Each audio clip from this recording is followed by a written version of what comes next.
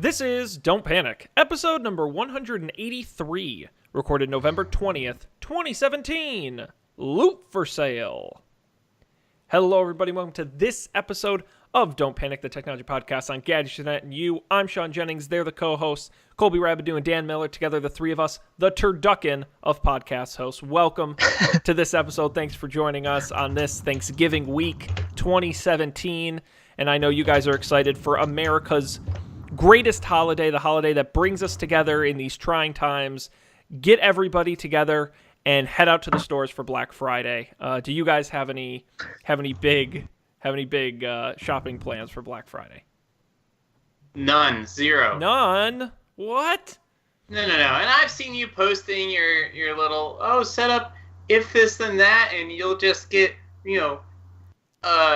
sent notifications whenever the Wirecutter posts a new deal so you can spend money you weren't going to spend. I bought a lot using that last year, I'm not going to lie. Which is a pro tip, by the way, at Wirecutter Deals. You set up the push alerts, and at all times of the day, they'll tell you when stuff is on sale. It's kind of amazing. See, I did that one year. Not that, but I paid close attention to the deals, and I bought some stuff. But how much money did I save versus how much stress did I add to my life checking this stuff constantly? And I probably didn't save money. I probably spent more than I otherwise would have. I totally need another 3 plug to 1 plug surge protector thing. I only have 2 of those. I could probably use a third, and it's half off. That actually is probably a good deal. No, it's a good deal, but I don't need it. No, you're right, though. Black Friday only works if you, have a need. My thing broke and I need to replace it, then yeah, Black Friday you'll get a good deal. You're right, though. If you're just, shopping around and you're like, oh, look, this ceramic toilet paper holder shaped like a badger. Oh, but it's 70% off. It's like, no, you didn't need to buy it in the first place, regardless of the discount. Yeah. So yeah. I've only done Black Friday once in person. Have you? And it wasn't actually Black Friday. It was the night of Thanksgiving on the way back from family dinner.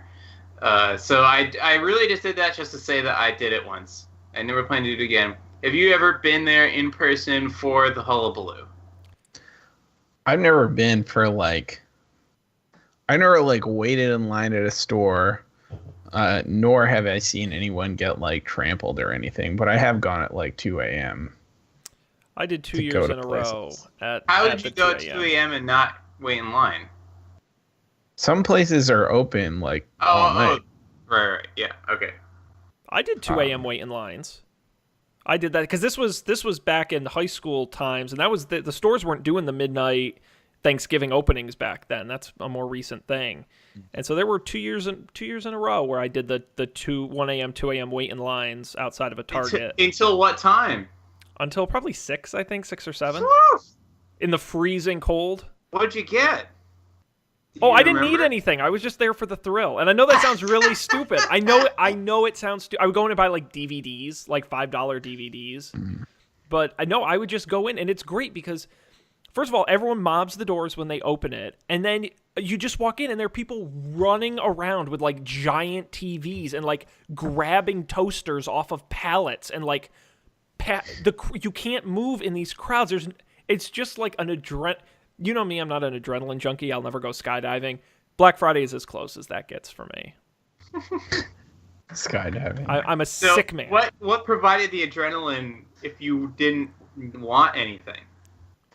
It's again, it's to me the adrenaline is I have to go get the TV. No. There are only so many of the TVs. There are more people here that want the TV than there are TVs. No, that's amateur hour, Dan. That's the low level adrenaline. No, to really kick it up. Same reason people like horror movies. They think they're going to die. That's the thrill of Black Friday. When you feel uncomfortable at the violence happening around you, then you're having a good Black Friday. When you are so packed in that you can't move and people are screaming, you're having a good Black Friday. That's the adrenaline I'm going for. Sean, I feel like you're the best possible citizen of a capitalist society. That's like the best compliment / insult I've ever heard. That's like, thank you. You're welcome. Yeah, man, it's the power of the free market. I guess it is. I don't know if I've ever. I feel like the only thing I remember buying on Black Friday and being satisfied is like super discounted DVDs at Walmart or something like that. Always great. Where they have that bin of like $1 movies. Yep. We got so many movies. Yeah, that's what I'm but doing. now, this year. like now, that's not relevant. I still buy physical media. No, but I should stress, no one actually needs to do that. And all the sales are online now, too, which is another thing that's changed over the past 7 or 8 years. Amazon has just as good of deals, and I was getting emails today from different companies that their Black Friday deals have already started online, and it's only Monday, So there's really very little need to actually do that. And the stores are open at midnight or on Thanksgiving anyway, so there's no waiting in line. So, took all the fun out of it. It's over. It's a cultural phenomenon. I know. Now everyone wants to spend time with their families and learn the value of friendship. And it's like, no, just go buy things with your money. Keep the economy going. God damn. These people don't get it. Anyway, what else is going on, gentlemen? I'm excited for Thanksgiving. I don't know why, in particular. I just like Thanksgiving food. I also like food is the best. Right. This is we're entering the period of the year where I eat dessert usually, like on the regular, which doesn't happen in the other half of the year. And it's a mixed bag, right? There are trade-offs. With dessert comes consequences, I suppose, but I enjoy it. I also like leftover Thanksgiving sandwiches. So I feel like on the show before we've talked about how D'Angelo's has a Thanksgiving sandwich all year. This is the time of year where I don't eat at D'Angelo's because I don't need to have a Thanksgiving sandwich because it's actually Thanksgiving. But then doesn't that mean it would make sense for D'Angelo's to come out with like an alternative, like a 4th of July sandwich? Yeah. And on it they put like hot dogs and apple pie. Macaroni salad. Sense. I would probably get a hot dog from D'Angelo's in November. Yeah, that would be really no. And I changed my mind actually. No, or like as the words came out of my mouth, I found myself reconsidering them. They could do maybe a Halloween wrap just filled with like fun size Snickers. I don't know, but we should workshop something with D'Angelo's. That would be a really interesting seasonal menu item that is not available during it. It's available all the time except during one certain season. Yeah. I like that. You can do Easter ham pretty easy. Yeah, no, yeah, man, Thanksgiving is. But are you guys hardcore? Like you have to have turkey and there's no substitute. Like if your families were like, no, this year we're gonna do shrimp skewers, would you just be like, absolutely not? That's dumb. There are like how many other holidays, even just mainstream holidays, are there where you have food? Like 2 or 3. There's plenty. Yeah. Even like if you do the Christmas Easter thing, like both Christmas and Easter have like wiggle room on the main course. Like you could have a different meat. You could have prime rib. You could have a ham. You could have a turkey on either one of those. But like Thanksgiving, it's just a turkey. Like you could have like supplemental meats, but you can't have no turkey. That's just crazy talk. Wow. I agree with everything you've said. Very strong opinion. Yeah. I mean, I'm not sure that's an opinion. I think it might just be true. Oh no. Just a statement of fact. I mean, you can do whatever you want, but like you're wrong. I mean, it just might not be a Thanksgiving meal. Wow. And I guess like I don't know, like the liberal media might have you believe. I was about to say, Colby, you're the one giving is what you make it, but I'm not sure that that's true. you call me the capitalist, but you're giving into big turkey over here, buying into the, you're right. Greeting cards You're made right. Valentine's Day, turkeys made Thanksgiving. Come on. I'm getting kickbacks from Purdue or whatever.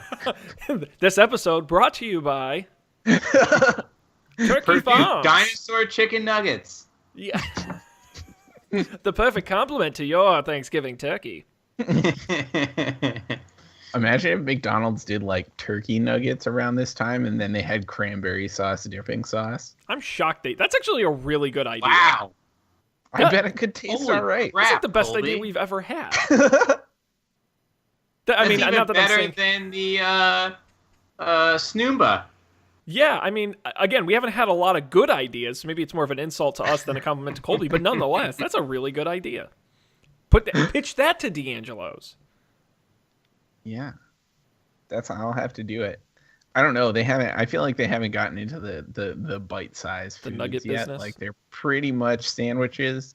And then there's like a salad that you can get, but if they do, I'll have to talk to the To Mr. the folks D'Angelo. behind the counter. Yeah. I'm sure he's back there making bread or something, right? Hey, Mr. D'Angelo! This episode brought to you by D'Angelo's. If you're in the greater Massachusetts area, stop by. Anyway. Nonetheless. Well, that's exciting. That's exciting. Turkey and Thanksgiving and all that. And then we have a few days off of work. Yep. Get to go on a train.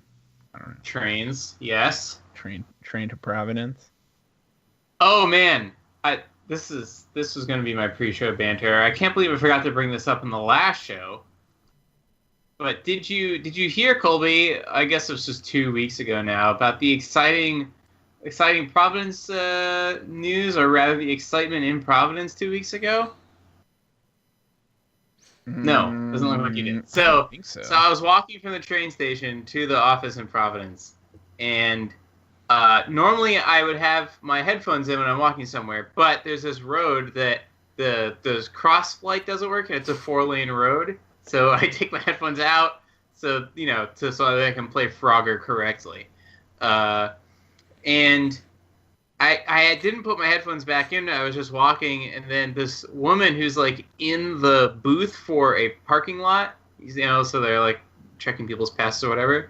She like comes out of the booth and says, "Hey, look!" And she points up in the sky.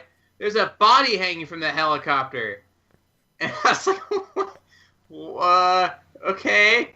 Like and at first, you ignore them, but she was so clearly talking to me. She wasn't like exclaiming in general. She really wanted me to see this. So I look, and sure enough, there's like one of those gurney things hanging from this helicopter. And I was like, oh, that's interesting, but not unheard of. Sometimes you got to take someone out in a helicopter. And then I walked into the office, and there's like the security guard downstairs who is dutifully not paying attention and is on his phone with someone. And he's telling this person the story like, yeah, there was a chase on the highway, and there's a crash, and there's a shootout, and all these things. Turns out that she had been pointing me to the helicopter that was like attending to this like highway gang shooting involving like a stolen police car.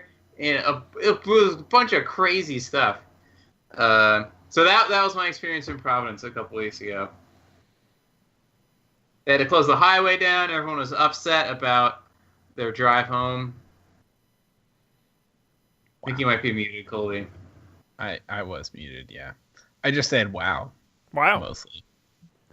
That's my Providence story. I'm sticking to it. Yeah, it's all Grand Theft Auto up in there. Really? But actually, speaking of Grand Theft Auto, why it's insane to me that the PS4 only has 250 gigs of hard drive space by default.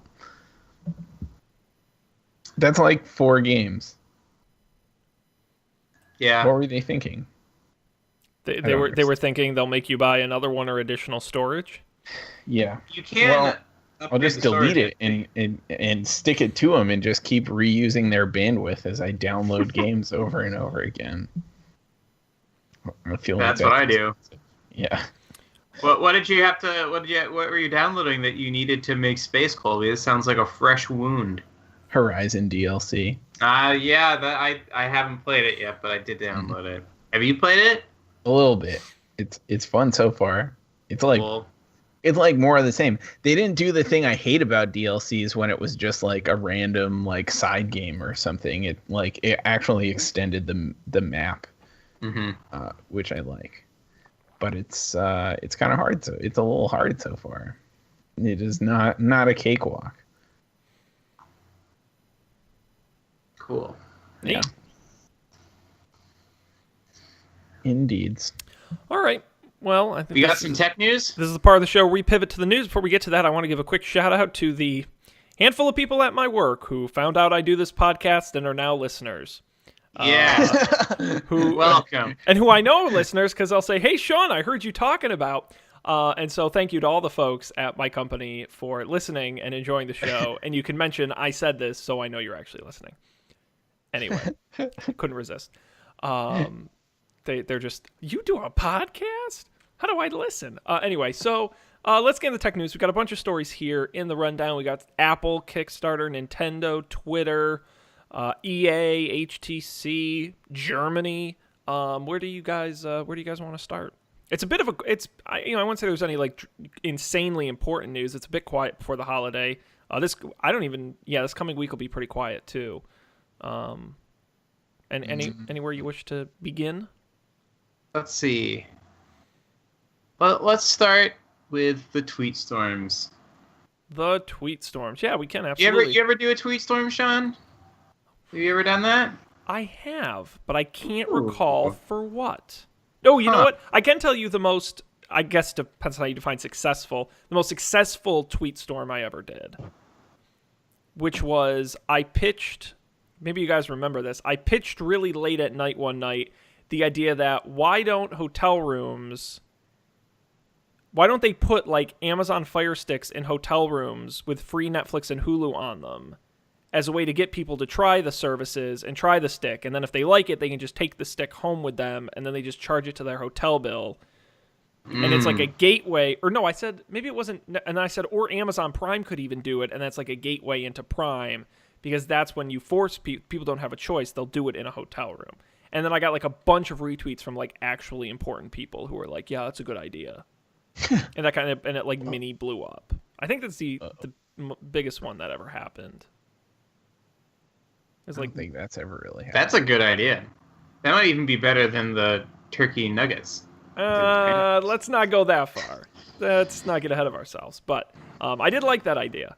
And it was, I don't know, are you guys big tweet stormers? I like reading tweet storms, and I'm actually glad that they're thinking about... No, I hate reading tweet storms. No, it's so much better than the 280 character tweet.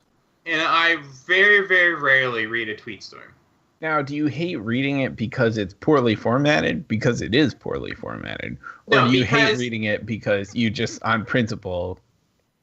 It's kind of on principle, but it's not what I come to Twitter for like that time when you're on the toilet, the time you're waiting in line for lunch, like those moments. And when I see a tweet storm there, I'm like, I don't have time to figure out like, oh, and it's always, by the way, it's always 1 out of N now. Like no one even didn't even know how many there are going to be, or 1/?. I don't have time for that. But that's okay, go on.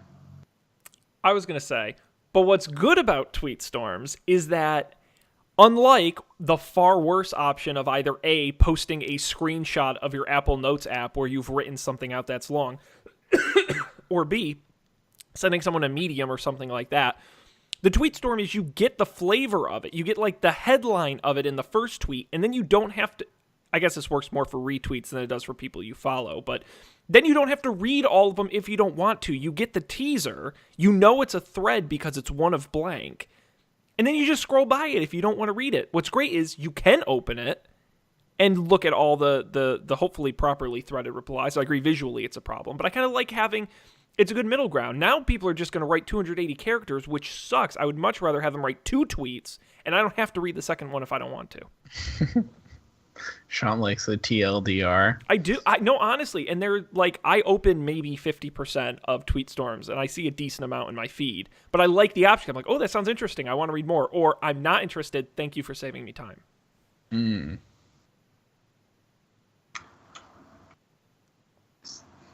Yeah. So my worry, and I'm surprised this hasn't happened yet.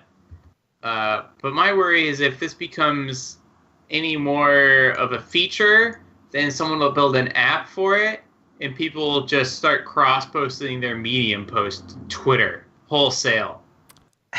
Why not? Why Fair not? enough. You got 280 characters now? I like to think people aren't that stupid, but I also realize that's kind of an ignorant position to take, and that it certainly could happen.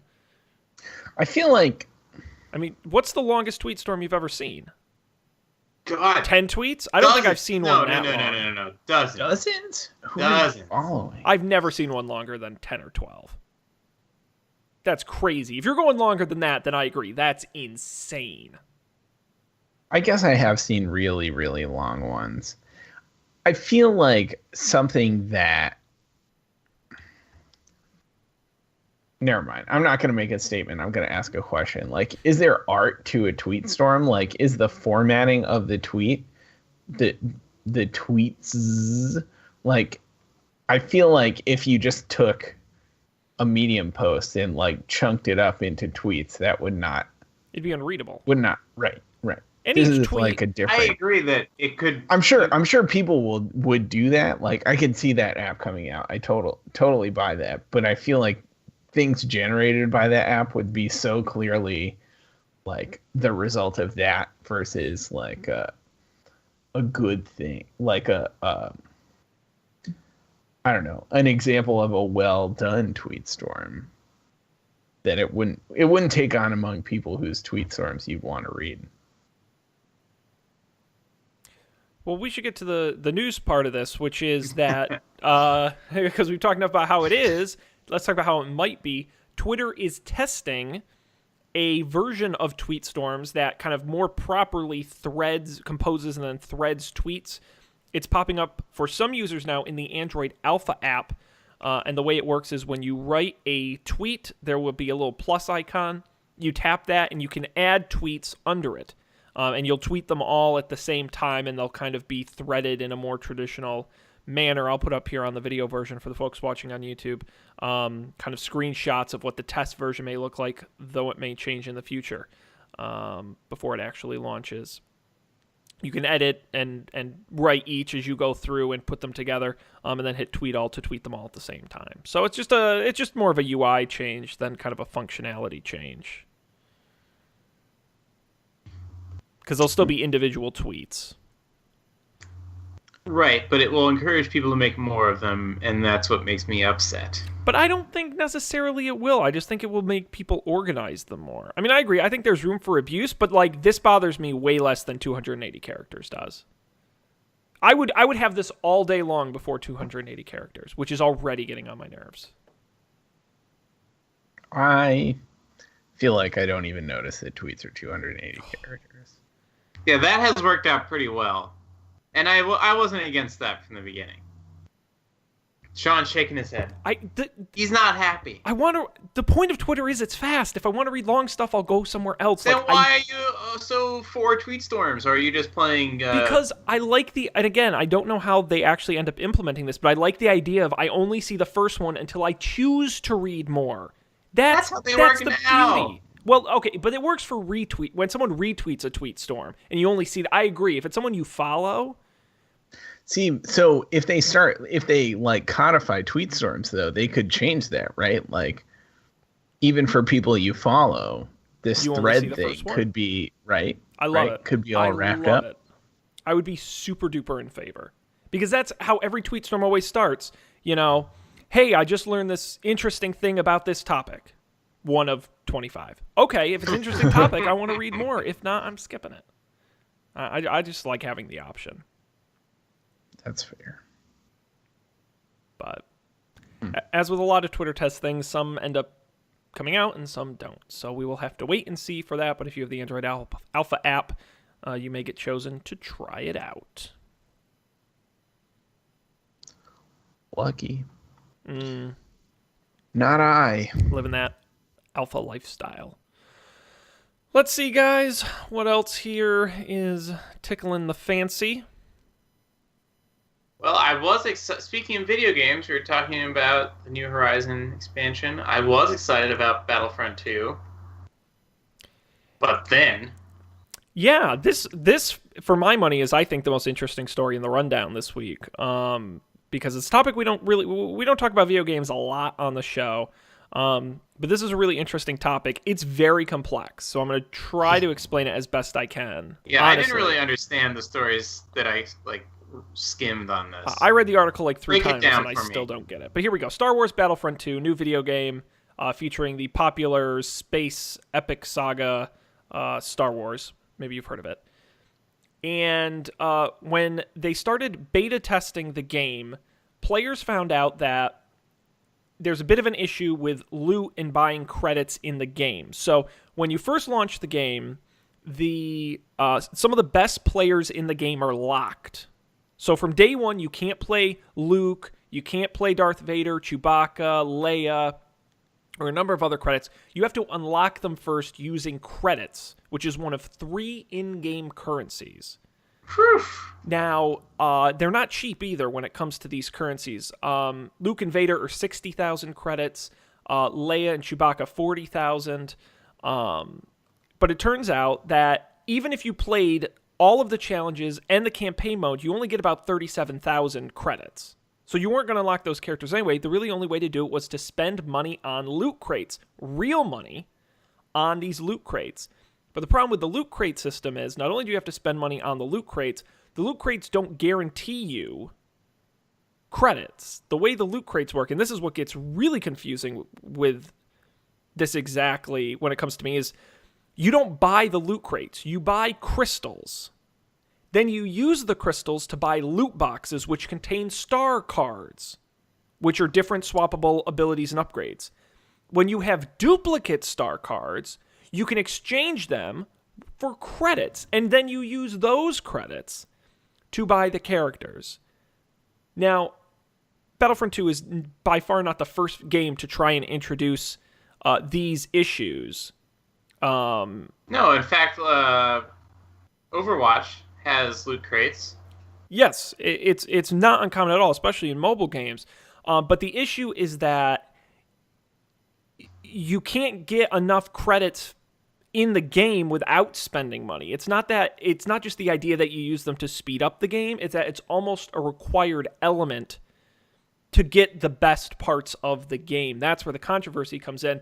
Now, EA got a lot of flack online. They first responded by lowering the cost 75% on how many credits it would take to unlock these characters. Then right before launch, they completely reversed courses and said they were removing the ability to purchase crystals at all, and that there was no need to have to unlock the characters. They will be unlocked when you purchase the game. Which is good.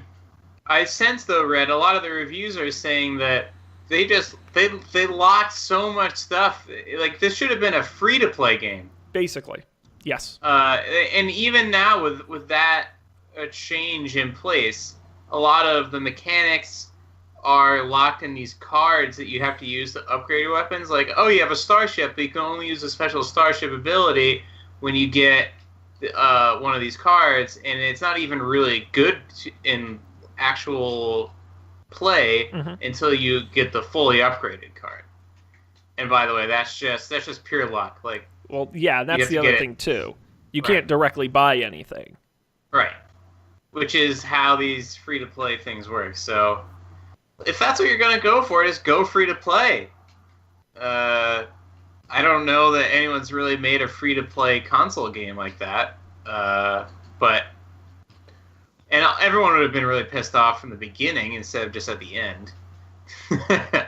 Right. That's true. But, well, would they have, though? Like...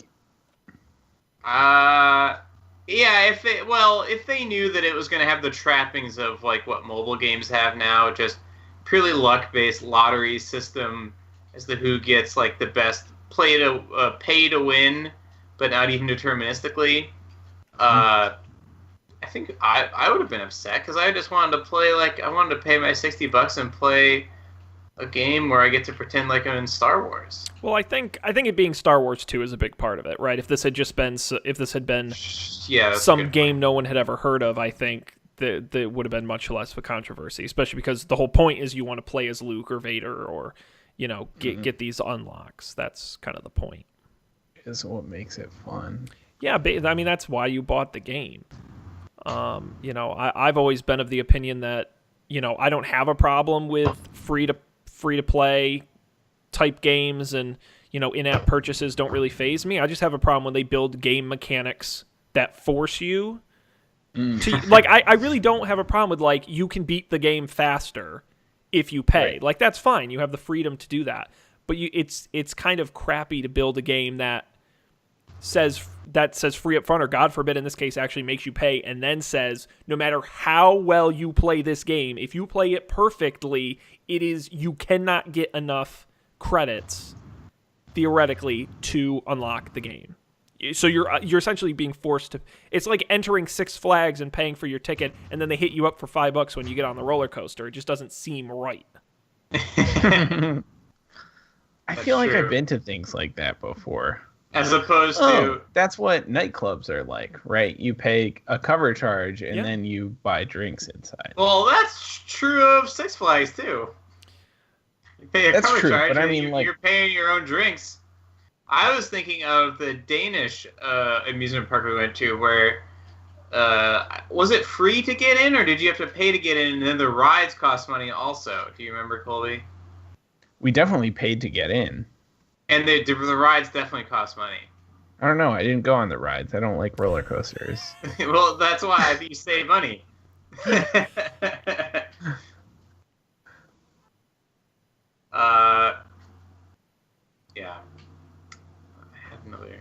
Oh, so we all listen to Do By Friday. Did any of you do the Do By Friday challenge this week, which was to play that game, which obviously I didn't do it, which was called... Clash Royale. Clash Royale. I didn't do it. Okay, never mind. No. Cut that out. No. You didn't do it either, you said? No, but my last week was insane, so I had forgotten that was a challenge. Now with free time again, as I was listening, I was like, oh, that would be a fun, dangerous thing to try. I mean, I've definitely in the past spent money on... The only game I did that for was Hearthstone. Me too. Hearthstone was fun. It was sort of fun. Oof. What didn't you like about that, Colby? Well, I just got stuck in a... I don't know if you remember this, where I don't know if I briefly did too well or something, and then all of a sudden I was just... This is the problem with these fucking games. I was playing it with these people who, their decks weren't even cool. They weren't interesting, but they had amazing cards. And I'm near certain the way you get amazing cards is by giving them a bunch of money. And so I just got to a point where I don't know, I thought my deck was clever enough with the cards that I had come across without giving them money. But I couldn't, I just continually lost games. I was constantly losing because... I don't know. I'd be playing against people and I'd be on the way to winning, and then they'd have some insane card that just wrecked me. Yeah. Now, did you do I forget, arena mode? Did you ever try that? No, not really. I just did the regular ranked thing. Arena mode was cool because you build a deck and you play until you lose 3 times with that deck, and then the more games you win, you get a bigger loot box at the end. Yeah, I think I may have played that a couple of times, but I think you were like, oh, you should do arena mode, but this was after I had already gotten a bad taste in my mouth. Mm-hmm. That's understandable. Yeah. Anyways, maybe I'll play Clash Royale for next week's episode and see. There you go. It sounded intriguing. Yeah. Yeah, games where you play other real people are hard. Games where you can play the computer on easy mode, that's my sweet spot. I have a great... you guys have probably saw it. I'm going to pick it, I think, next week. a great solitaire game that Mm-hmm. that I'm excited to pick. So that's more my speed. That's the game you play by yourself, right? Yes, that's exactly the. I literally, no joke, the top games. I have no games on my phone, but the top couple I do have are Sudoku, Solitaire, and Cribbage. So, What? all of which you play against the computer. I guess. Oh my I guess god! Sudoku, No. yeah. I don't have any games that I play against people online with on my phone. That's crazy. Except Hearthstone. Wow. But Soon Clash you don't Royale. have like Alto's Adventure or Threes or Threes any I of got these- bored with. Threes I got bored with. Alto's Adventure is fun. I was just thinking back about games I've given money to. I feel like there was a period of like 3 weeks in college where I was playing Subway Surfer a lot. I remember that. And How I much is a like lot? like a couple of hours a day. Like Oh my- and it wasn't like I had a commute that I would play Subway Surfer on. It was like I was just sitting in my room like playing Subway Surfer. Yeah. And it was not that much fun, but I don't know. They got me somehow. And I did spend some money. A little What do bit you of spend money. money on in Subway Surfer? I don't remember. Well, I don't remember if you could like unlock new characters or something. There were definitely there was like random bullshit to like unlock. And I definitely did it. But then I realized at one point I was like, oh, I gotta stop this, and I just deleted it. And my life was better after that, I think. Yeah, you got to know when to say enough is enough. Yeah, it was weird. It was like very sneaky. It started out as something I would do for like 10 or 15 minutes and then get bored. But then all of a sudden, I wouldn't get bored. It's too hard. Yep. Very sneaky. Very sneaky. Indeed. All right. We got time for another story here. And Ooh, Drip. Let's talk about Drip. yes. Drip. Drip. Drip indeed. Kickstarter launching Drip. Actually, Drip was a company they acquired, and then they've finally spun it out into its own project. It is a company similar to Patreon. The way it works is whereas Kickstarter is designed to support a single project with an end date, Drip is designed for you to support creators on an ongoing basis without an end date. Subscribers can make a recurring payment to a creator, and in exchange, you can offer rewards to those subscribers based on when they pledged or how much they gave. The big difference between Drip and, say, a Patreon or a similar service is that Drip allows creators to pick a window, for example, 30 or 60 days, in which early supporters can become founding members who receive special rewards because they were first. After the founding member period, the Drip remains active regardless of how much or how little is pledged, and then it simply becomes ongoing in that respect. Now, is Drip limited to any like categories or genres? Do you know? Not that I'm aware of, although they do say that their sort of sweet spot is that they're kind of at the more creative film, TV, art, creative media side. But I don't think they're really beholden to one industry. I should also mention one other big difference between Drip and other platforms that they claim is that they are more creator friendly. They allow creators to easily port subscribers to other crowdfunding platforms. And you can easily export your information, which is something that a lot of these other platforms do not allow. Interesting. I guess that makes sense. It's probably a good thing for Kickstarter to do. Also, I feel like all of a sudden there are so many things that I subscribe to. And at some point I'm just gonna like run out of money. Yep. Like at some point there's going to be like every week there's going to be no money in my checking account and I'm going to get paid and it's all going to be gone again. And I don't know. Now, are you talking about things like Patreons or just is this everything like Patreons and Hulu, the Hulus and Netflixes of the world and like random crap in the Apple App Store that is like that you like Apple Pay subscribe to and have to do that weird thing in your settings to like find it and then unsubscribe from it, and like it's too hard, man. Like I get that the subscription thing is good for you as a business, but like I feel like that's got to fizzle out at some point, because like everyone can't pay every month for everything all the time. How many Patreons are you subscribed to? Just the one, but I've got to be. I got to be over 10 at this point. Wow! But I what don't. Patreons are you? I'm one, and I've been debating 2 for a couple weeks. Putting a lot of thought into it. Yeah. Really want to make sure it's worth it. It did take me like 3 months to get to do the Do by Friday one. Oh really? It took me a long time. The hard part with those guys is. Oh, go ahead, Dan. All right. Well, I don't know. This might ruin our rating, but were you late enough that you got to do it via giveusyourfuckingmoney.com, or did you have to go to patreon.com/dobyfriday? I just went to patreon.com/dobyfriday. That's a shame. I didn't know I could go to that one. He was you on board. Sure can. I'm gonna do Anyways, what were you gonna say, Sean? No, I was gonna say when Do by Friday, when they go to $5, that's about my ceiling on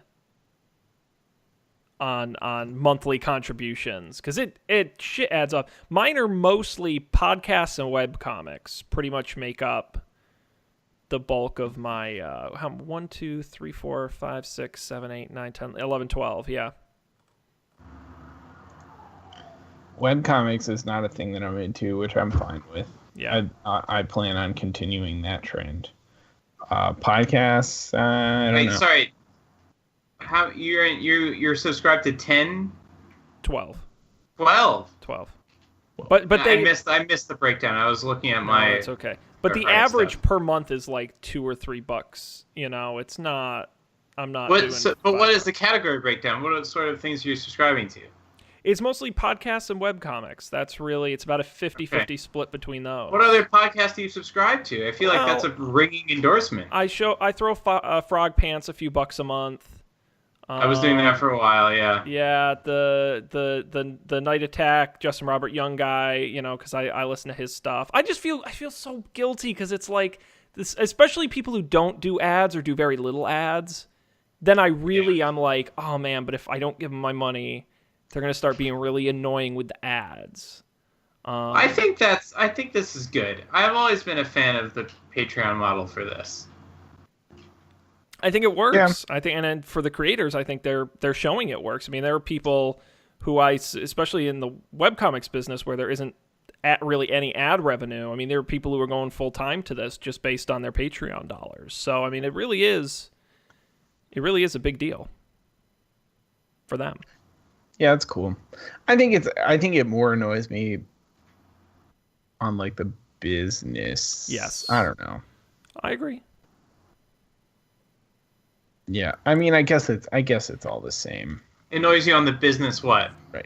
I don't know, like doing Do by Friday's Patreon has more warm fuzzies involved than like shelling out my obligatory $11 a month for Netflix or whatever. Yeah, absolutely. I think that Patreon learned something from the Etsy Kickstarter model of it feels better when like the person making it is talking to you. Mm-hmm. You don't get the director of Jessica Jones, doing a pledge drive. A Netflix pledge drive, and they don't need to. But when your favorite NPR host talks to you about giving money, that has a much greater effect than some Netflix Subway ads. Right. It's true. Well, and I know it's true for you guys. It's true for me as well. I listen to, in terms of just hours spent, I spend more time listening to podcasts than I probably do watching television. I mean, I would argue at this point it's my primary source of entertainment. And so, they should get a portion of my entertainment budget.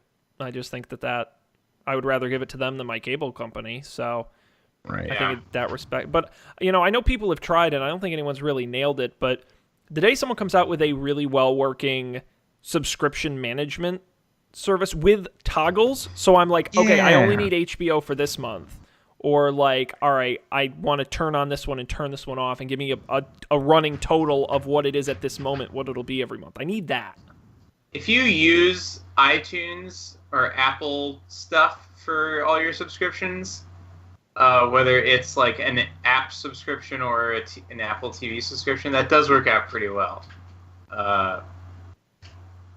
Like I have the places I check for subscriptions are Patreon, Netflix, and the App Store, which is pretty good. I just did an audit of everything I pay monthly over the weekend, and I didn't have to delete anything. Nice. So yeah, I felt last time I did that was like June, so I've done well. Yeah, I find anyway that companies are starting, although you just reminded me of one actually I need to cancel that I signed up to try and never canceled. I'm terrible about that. But no, what I found is that companies are getting a lot better about not forcing the sign up and then we'll start charging you when you forget stuff. Like they're not as sketchy about that as they used to be. They make it easier to cancel and join and not join, So at least that's... I used to get, when I think about all the money that they sucked out of me because I'm an idiot, and after 6 months, of course I didn't remember to do anything about it. Yeah. Fuck them. Yeah. And then the problem I have is it's like Hulu, for example, is like, it's not terribly expensive, right? It's not like $50 a month or something where it's like, if I'm not using it, I immediately know it's like, I'm not using this right now. That was $50 that I just spent to not be using this right now.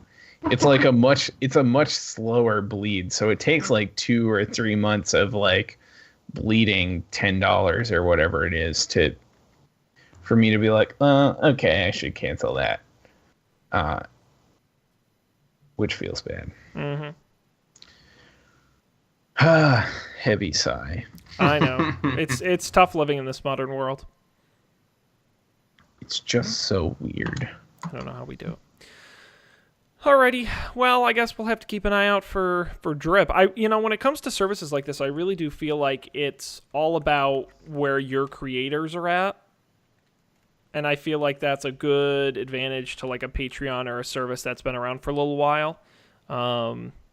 Because, you're going to, if your creators say, hey, back me on Drip, then you're probably going to go to Drip, Mm-hmm. So we'll have to see what the adoption rate is among sort of new. I don't think anyone's going to switch from like a Patreon to Drip. I wouldn't think. But maybe I'm wrong. We could have a Don't Panic Drip. Listen, there's nothing I would love more than to have an ongoing crowdfunded in my bank account. Give us your fucking money. That would be great. What would our stretch goals be? What would our goals be?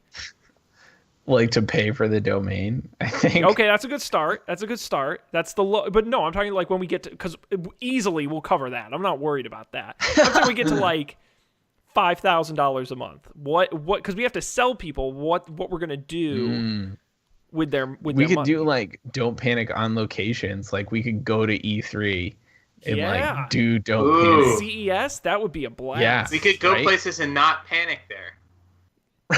Yep. It could just be like a live feed of us being calm.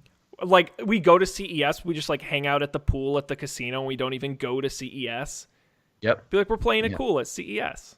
Right. There's nothing to worry about. That's pretty awesome. I like that. Yeah. The possibilities are endless. I think eventually we'll get to, I don't know what we need per month, but we need a private jet. We need a Don't Panic private jet. That's really what I want. Just with the big button right on the side. Yep. I would like. I think that'd be awesome. That's the dream. We could just get paid. We could quit our jobs. Be podcasters. Don't tempt me. Internet personalities. Okay, don't push it. We'll be YouTube celebrities. Oh my god, kill me. That's how you become a YouTube celebrity, right? You just decide that you're gonna be a YouTube celebrity. Yep, basically that, and be a bad person. Okay, anyway, that's exactly what we need to do. Talk shit about YouTube personalities. Anyhow, I met someone. Did I ever tell you I met somebody who claimed they were a YouTuber and I rolled my eyes at them and they got very mad? Oh no. Yeah, so someone who went to Maris, they're like, I have 10,000 subscribers on YouTube. I'm a YouTuber, and I'm like, oh. They're like, don't roll your eyes at me. So, fuck you. I don't think she didn't like me. Anyway, moving on. Now, did she dislike you before that, or was that the inciting incident? I think she tolerated me before that. I think that was definitely the I don't like this guy moment, which is fair. I'm not going to disagree with that. I totally dismissed her whole reason for existence. So, not a positive moment on my part. Fair enough. Stand by it, but anyway, we've got to move on to picks. It's that time of the show where we're out for news. We're done. But we've got a couple picks in here, which is pretty exciting. I think I'm going to go first this week. I haven't gone first in a couple weeks. And I've got our sort of Netflix pick of the week, which is exciting. You guys ever go on Netflix and you see a description for a show and you're like, I think they made that show just for me? This is definitely one of those when it comes to me. So are you guys familiar at all with what a news stringer does? No. A news stringer.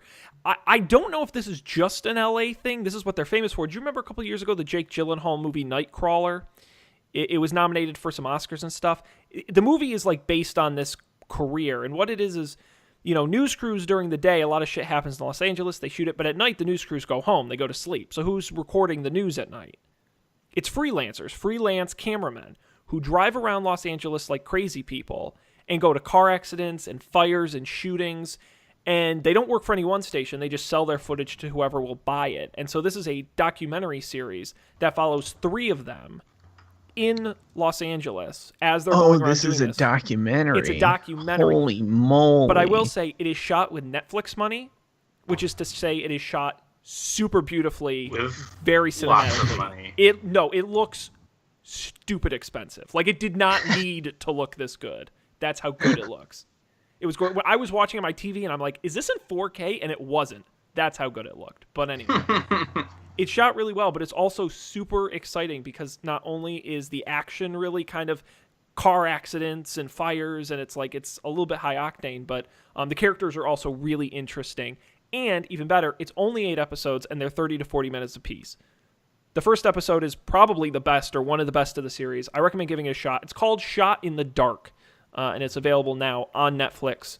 If you're looking for something different to watch, I recommend it. I breezed through it this weekend, the whole 8 episodes, because I couldn't stop watching. It was very good. So That's awesome. That'll do it. That's my Netflix pick this week. Let's bump. And the good news about Netflix picks is that they are available for download on the apps, usually. So if you have a train ride ahead of you, you could watch that. Yes, absolutely. Although I will warn you, there are some bloody people and people who have been shot. So, just be aware. Maybe a little. Oh man, you may get the train looks. Did I tell you on my way back from St. Louis, the woman next to me was I didn't know. I now know what she was watching. She was watching the Ken Burns Vietnam documentary. Let me tell you, whew. Mm-hmm. Bold choice. She was doing the laptop. She was just putting her laptop lid down. That was how I noticed it, because she was clearly watching a movie. I wasn't really paying attention. Then she would just put the laptop lid down, but still stare at the laptop. Like, oh, that's weird. Yeah. Awesome. Badass. Mm-hmm. All right. Let's go down to Colby, because I feel like it. Colby, what do you got this week?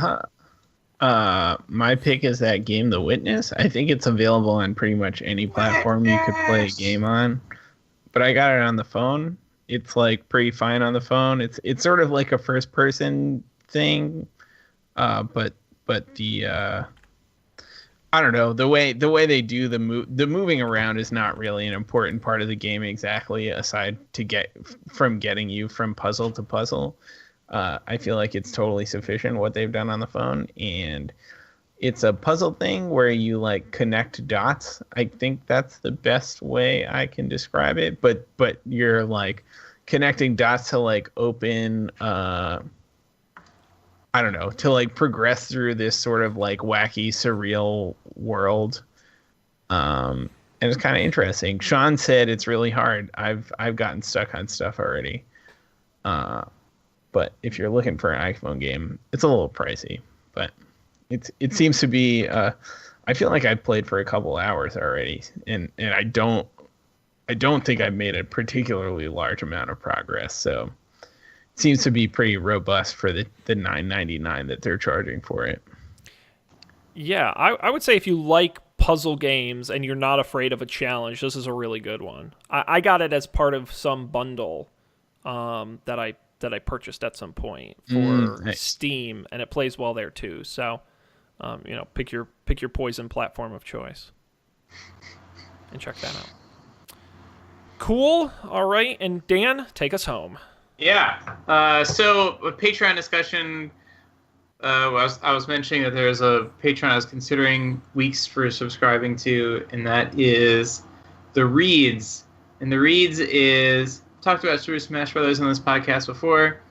The premise of this like YouTube series is these two guys who are longtime commentators, so they're pretty entertaining. They're pretty good at the game, and they bring on one professional player. It's one of like the top 100 players, and then they take turns playing random people online as one account. So they're trying to get this account to the #1 spot in the world in the online play. But the rules are that one person can't play a match in a row. So they're trying to figure out, like, okay, who goes in first? What character are they going to play? Usually they save the guest in case they lose the first game because it's best of 3. It's really funny. Things can get pretty heated. The production level is pretty good. There's a lot of smack talk that goes down in the chat room. And it's funny. If you start from the beginning, it's funny. After the first, like, I don't know what you'd call it, season, the first guest, at first no one knows who this person is. Like, wow, this Spencer guy's really good. But sometimes he's really bad when the other two guys are playing. So it's a lot of fun. I just finally did subscribe to their Patreon, so Yeah. So I'm giving them my money for the entertainment they're providing me. Check out the Reeds. What is it? YouTube.com/thereeds. And Dan, as always, the link will be on our website. You can check it out there. I lost my rundown. No, it's whatever. YouTube.com/something crazy. But it's Patreon.com/thereeds. There you go. Yeah. If you want to just give them money immediately. And if you'd like to give us your money, please put it in an envelope. Mail it to Don't Panic, care of Sean's bank account at... Anyway. Cool. Well, we'll have links to that and all the picks, as always, on the website in case you don't remember or don't know how to find it. It's our fantastic website, don'tpanic.io. Before I get to our plugs, we got to plug the other programs here that we do. And I got to say, guys, we are really hitting our stride over on game nights playing Dungeons & Dragons. We are in tip-top shape. We've never been in better form. And the adventure is just heating up. Mm-hmm. We've got Colby as Dungeon Master. He's crushing it. We got Dan and Matt and myself, our adventurers. We're having fun, getting into shenanigans. we're certainly not crushing it, but... We're crushing something. Yeah, things are getting crushed. Yes, yes, like our spirits. No, it's a lot of fun. This latest episode, Matt goes a little bit lunatic. I go a little bit lunatic. It's a really great one. So you're going to want to get in the adventure now because we're only in episode 3, so now's a great time to start. You can go back to 1, 2, 3. Boom, you'll be caught up. You only got like 2 hours worth to listen to. So check that out at gamenights.tv. I also want to plug up for debate. What did we talk about last week? The book. The book, Console, thank you. See, someone pays attention when we do the show. Console Wars, fun episode. I think. I don't know, guys. Was that a fun episode? I thought it was. Okay. Thank you. I didn't read the book, but it was interesting to hear about. I'm in the middle of reading the book, so I'm going to try to follow it. Listen to the episode after I finish. It's an enjoyable one. The second one we did in our book series, Console Wars, we read. That's the latest episode. And we're doing something, guys, this week for the first time ever, which is very exciting because it's the Thanksgiving holiday. We're doing our first ever Up for Debate Rewind, where we're going to put an old episode into the feed. For those of you who missed it the first time, we're going to republish one of my favorites we ever did, which was our episode all about fall. And in it, we talk about Thanksgiving and and we just gush about how much we love fall for an hour. It was a fun episode, and that's going to pop up in your feeds this week, so make sure you subscribe at upfordebate.tv. Now, all that out of the way, we got to talk about this show. Don'tPanic.io is our website. It's got all the past episodes, the audio, the video, all the picks for every week, so in case you weren't sure, you can get them there, as well as all the information on where to subscribe in all the usual places. Video version, youtube.com/don'tpanicshow. And, of course, you can reach out to us at Don't Panic Show on Twitter, as well as don'tpanicshow@gmail.com. That does it.